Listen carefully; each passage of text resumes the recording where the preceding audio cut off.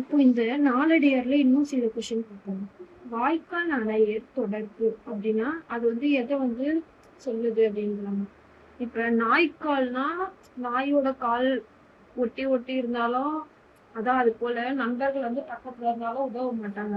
ஆனா நம்ம சில நண்பர்கள் தூரமா இருந்தாலும் இந்த வாய்க்கால் இருக்குல்ல, வாய்க்கால்னா அந்த தண்ணி ஓடுறதுக்கு கடைசியில அங்கதானே வரும். அந்த மாதிரி எவ்வளவு தூரத்துல இருந்தாலும் உதவுவாங்க அப்படின்றாங்க. அப்ப நம்ம சுழிக்கேண்மை, சுழிக்கேண்மைனா அதோட பொருள் என்னன்னு கேக்குறாங்க. பூஜ்ய நட்பு, பூஜ்ய நட்பு. சுழிக்கேண்மைனா பூஜ்ய நட்பு. இன்மை பயக்குமால் எதை குறிக்கிறது? இன்மை பயக்குமால்னா இந்த பிறவி, இப்பிறப்பு, அதுதான் குறிக்கிறது. இன்மை பயக்குமால் இப்பிறப்பு. மம்மர் அப்படின்னா, மம்மர்னா இந்த இருள், அதுதான் சொல்லுது. மம்மர் அறுக்கும் மருந்து எது? மம்மர் அறுக்கும் மருந்து அப்படின்னா ஒரு கல்வின்றதுதான் நம்மளோட மருந்து. சகடக்கால் செல்வத்தின் நிலையாமை. சகடக்கால் அப்படின்னா செல்வத்தின் நிலையாமை.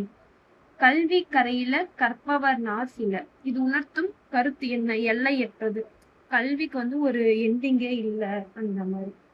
குருகு அப்படின்னா என்னது? அன்னப்பறவை. குருகு என்பதன் பொருள் என்ன? அன்னப்பறவை. குருகு பத்தினா எதை பிரிக்கும் தனிமை கொண்டது? இப்ப பாலையும் நீரையும் நீ வச்சா அது பாலையும் நீரையும் தனித்தனியா பிரிக்கும் தன்மை கொண்டதுதான் அன்னப்பறவை. சேய் தானம். சேய் என்பதன் பொருள் என்ன? ஆல்ரெடி சொல்லியிருக்கல. சேய் ரெட்டை கொம்பு வந்தா தொலைவு, ஒத்த கொம்பு வந்தா என்னது? சேய்னா வயல் அப்படின்னு சொல்லியிருக்க ஆல்ரெடி.